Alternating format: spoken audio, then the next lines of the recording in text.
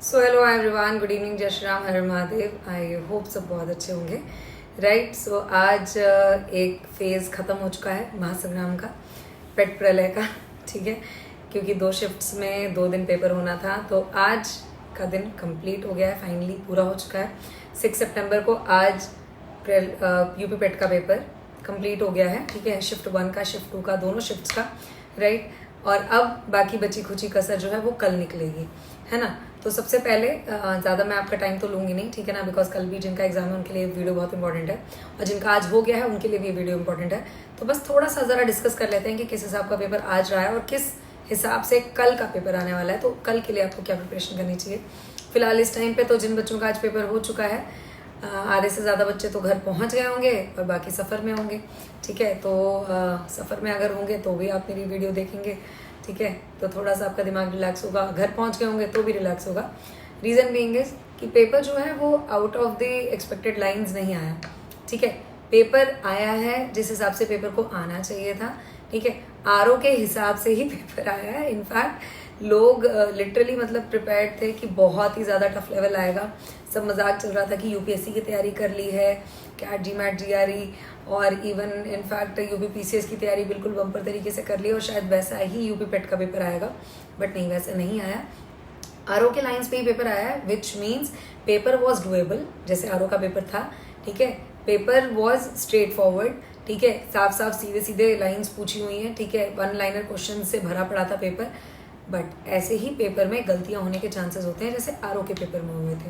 ठीक है, answers easy होते हैं, क्वेश्चंस लगता है कि बिल्कुल ही मतलब बिल्कुल सीधा साधा हिसाब किताब है, कोई ट्रिकी नहीं है, लेकिन वहीं आप फंस जाते हैं। ठीक है, होता है ना। अगर ज़्यादा दूर ना गए हो तो आरओ का एग्जाम में याद दिला देती हूँ। मोस्ट ऑफ द स्टूडेंट्स ने मदन मोहन मालवीय जी का नाम लगाया था एनी बेसेंट जी की जगह पे। ठीक है, सेंट्रल हिंदू यूनिवर्सिटी वाला जो क्वेश्चन था। एंड देन उसके बाद लाहौर सेशन की जगह लखनऊ सेशन लगाया था आईएनसी का। बहुत सिली मिस्टेक्स हुई थी। तो आरओ का पेपर भी जैसे सबको लग रहा था बहुत इजी है, बहुत इजी, बहुत इजी है, एकदम कट ऑफ जाएगी, 150 पार जाएगी बिल्कुल एकदम।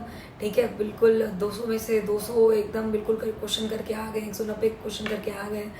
वही हाल पेट में भी है कि अभी स्टार्टिंग में सबको बहुत इजी लग रहा है, बहुत बढ़िया से, तो बहुत बढ़िया, बिल्कुल इजी पेपर आया है, मज़ा आ गया, बिल्कुल एकदम हलवा रसमलाई बिल्कुल।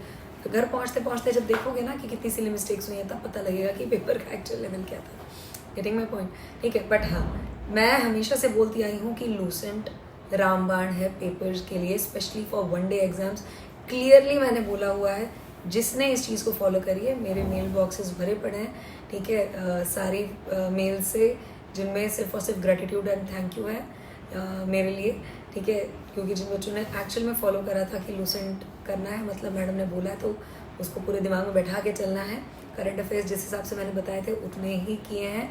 ठीक है, रीजनिंग मैथ्स जितनी बताई थी जिस हिसाब से करनी है उस चीज़ को फॉलो करके गए हैं, उनका पेपर बहुत अच्छा हुआ है। नाउ द थिंग इज, कल के पेपर के लिए आपको क्या देखना है। सबसे पहला काम आप ये करिए, जैसे आज का पेपर आपने देखा, बिल्कुल ही मतलब स्टार्टिंग में सबसे पहला क्वेश्चन नहीं था कि मतलब हड़प्पन सिविलाइजेशन कौन से एज से बिलोंग करती है। सबको पता है ब्रॉन्ज एज, लेकिन ऑप्शंस बहुत क्लोज थे। ठीक है, स्टोन एज, आयरन एज, ठीक है, ये सब दिया हुआ है, तो उस टाइम पे दिमाग कंफ्यूज हो जाता है ना। तो बस आपको दिमाग कंफ्यूज नहीं करना है। कल के पेपर में सबसे पहला मंत्र तो ये है कि आप दिमाग को स्टेबल रखिएगा, तो आपको आंसर रिकॉल करने में ईजी, ठीक है, वो हो जाएगा, आसानी होगी लिटरली। ठीक है, ये नहीं होगा कि हाँ आप दिमाग चारों तरफ दौड़ा रहे हैं फिर उसके बाद आता हुआ क्वेश्चन भी गलत होगा। ठीक है, तो सिंपल क्वेश्चंस आए हैं, तो आप क्या करिए, सबसे पहले आज के पेपर के दोनों शिफ्ट्स के 100 क्वेश्चन पहले शिफ्ट के, 100 क्वेश्चन दूसरी शिफ्ट के, 200 के 200 क्वेश्चन लगा लीजिए, सरसरी निगाह से देख लीजिए। ठीक है, उसमें देखिए कि क्या कोई क्वेश्चन कॉमन हुआ है, कोई रिपीट हुआ है, नहीं हुआ है, थीम तो रिपीट हुई होगी पक्की बात है। जैसे इंडियन नेशनल मूवमेंट है, ठीक है, स्वतंत्रता संग्राम है, गांधी जी के ऊपर क्वेश्चन आए हुए हैं। ठीक है, आपके वॉइस रॉय जनरल्स, इन सब के ऊपर है, पैक्ट्स के ऊपर क्वेश्चन है। ठीक है, हड़प्पन सिविलाइजेशन के ऊपर क्वेश्चन आया हुआ है, हिबिस्कस फ्लावर के ऊपर तो बहुत ही फनी क्वेश्चन था। ठीक है ना, हिंदी में जो गद्यांश जो भी दिया हुआ है पढ़ के आपको देना है, इंग्लिश का जो पैसेज है, वो सारी चीज़ें तो सेम नहीं आएंगी, वो तो आपको, वो इम्प्रॉम्प्टू होती है ना। ठीक है, वो आपको तुरंत ही देना होगा वहाँ पे, वो तो एकदम नया होगा। बट बाकी जो जीएस के पोर्शन है वो एकदम मतलब बिल्कुल ऑन दी लाइन्स है। ठीक है ना, वो आपको पता लग जाएगा, आप पढ़ोगे एक बार सरसरी निगाह से वो 200 क्वेश्चंस देख लो, उसमें जो बिल्कुल एकदम जो भी इंटरसेक्टिंग थीम्स हैं, ठीक है, सेम पैरेलल पे जो चल रही हैं लाइंस पे, वो आप ज़रूर करके जाइए। ठीक है, टॉपिक्स लिख लीजिए और बस उनको रिवाइज कर लीजिए। Getting my point. ठीक है, उसके बाद है रीजनिंग के क्वेश्चंस का पैटर्न देख लीजिए। DI के क्वेश्चंस का किस हिसाब से आया बस उसको देख लीजिए, उतने को सॉल्व कर लीजिए। उसके अलावा आपको हिंदी थोड़ी सी भी, अगर आपने RO एग्जाम के लिए सीरियसली पढ़ी थी तो उसको देख जाइए, ठीक है। थोड़े बहुत भी जो नोट्स बनाए होंगे उनको देख लीजिए, जैसे पटवार वाचक के ऊपर आया था क्वेश्चन, उन सब चीज़ों को देख लीजिए।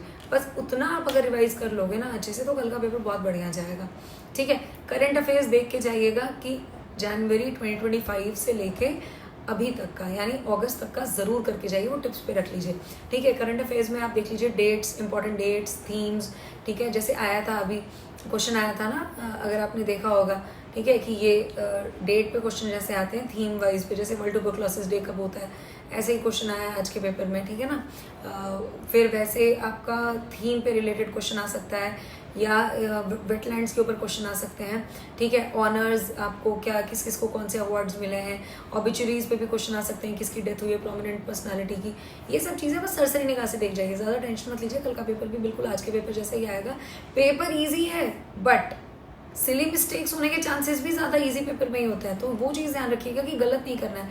मैंने आपको मंत्र बताया था कि कट ऑफ क्लियर करने का मंत्र एक ही है, 70 क्वेश्चन आपके 100 में से सही होने चाहिए, 70 एंड अबव, मीन 70+ क्वेश्चन अगर आपके सही हैं सही हो जाएगा, ठीक है। बिकॉज 2023 यूपी SSC पेट में 78 मार्क्स के उस पर लेखपाल का गया था, ठीक है। तो इस चीज़ को ध्यान में रखिएगा।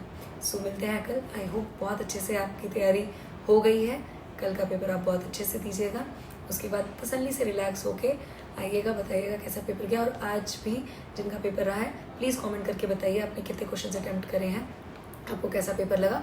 जिन्होंने भी मेल कर दी उनको थैंक यू, और जिन्होंने अभी तक मेल नहीं करी है वो प्लीज़ मेल करके मुझे बता दीजिए अपना रिव्यू कि आपको पेपर कैसा लगा, कैसी सारी चीज़ें। एंड यस, SSC CGL के लिए कल से मैं वीडियो डालूंगी, ठीक है। आज नहीं डाल पाई, आज पूरा दिन पेट के नाम था, कल भी पेट के नाम ही रहेगा, बट कल से SSC CGL के लिए स्टार्ट करेंगे। Okay, bye everyone, take very good care of yourself. जय श्री राम, खुश रहिए, स्वस्थ रहिए, मस्त रहिए, तंदुरुस्त रहिए। Bye bye.